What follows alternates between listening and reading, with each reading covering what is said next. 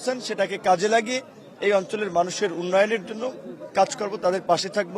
তো এখন বলা চলে সেই প্রেশারটা আছে যে এখন মানুষের জন্য কাজ করা, যে তাদের যে কমিটমেন্ট দিয়েছিলাম তারা যেটা আমার কাছে প্রত্যাশা করেছে আমি সেটা পূরণে কাজ করব। এবং বিশেষ করে আজকে যেহেতু সারা বাংলাদেশেই গতকালকের এই নির্বাচনে অংশগ্রহণকারী অনেকে জয়লাভ করেছে, অনেকে পরাজয় বরণ করেছে, আমি সারা বাংলাদেশেরই অন্যান্য রাজনৈতিক দলের নেতা কর্মী সমর্থকদের উদ্দেশ্য একটি দলের প্রধান হিসেবে বলবো যে নির্বাচন পরবর্তী বিভিন্ন ধরনের সহিংসতা আমরা দেখে থাকি, এই নির্বাচনের পরে যেন কোনো ধরনের রাজনৈতিক সহিংসতা প্রতিহিংসার ঘটনা না ঘটে সেদিকে সবাই খেয়াল রাখবেন। এবং আমার নির্বাচনী এলাকা গলাচিপা 10 মিনিট জনগণকে শান্তি এবং সম্প্রীতির রাজনীতি এবং পরিবেশ বজায় রাখার আমরা আহ্বান জানাবো।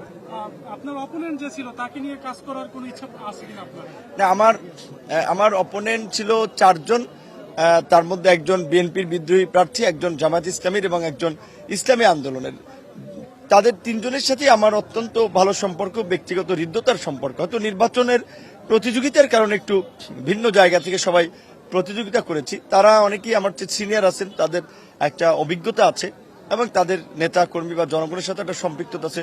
অবশ্যই আমরা যদি এই জনপদকে এগিয়ে নিতে চাই তাদের সহায়তা আমার লাগবে এবং আমি তাদেরকে নিয়ে কাজ করবো ইনশাল্লাহ। আপনি তো সবাই ভিপি নূর হিসেবে আপনাকে সবচেয়ে বহুল প্রচলিত আছে আপনার নামটা। এখন আসলে কোন নামে বেশি স্বাচ্ছন্দ্য বোধ করবেন, ভিপি নূর নাকি এমপি নূর? এখন এটা আসলে ঢাকা বিশ্ববিদ্যালয়ে দীর্ঘদিন নির্বাচন ছিল না, 28 বছর পরে 2019 সালে নির্বাচন হয়েছিল। সেই নির্বাচনে জয়লাভের পরে হয়তো যদি ভিডিওটা ভালো লাগে তাহলে আপনারা সাবস্ক্রাইব করবেন